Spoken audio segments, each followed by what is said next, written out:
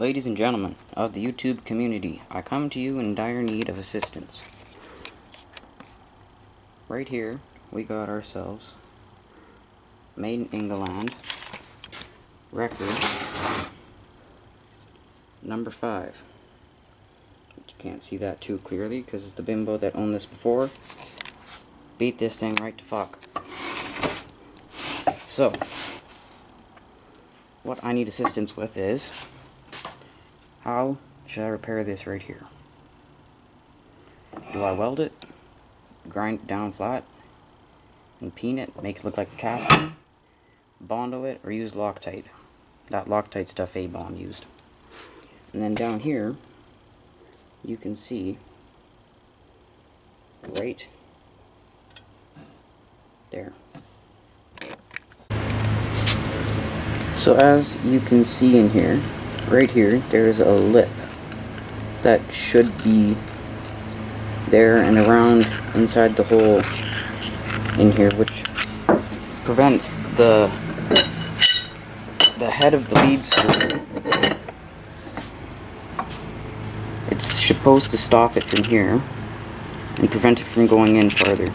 As you can see here from a wear line, that line has deteriorated for some reason, probably because this guy beat the ever-loving fuck out of it.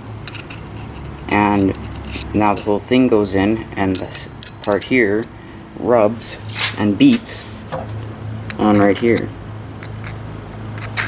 So that ain't no good, so I need to get that repaired somehow. I don't know how I'm going to go about that. The lead screw though looks fine.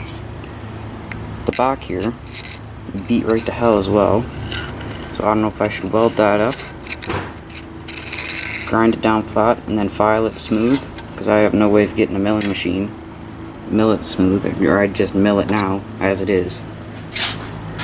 But in here,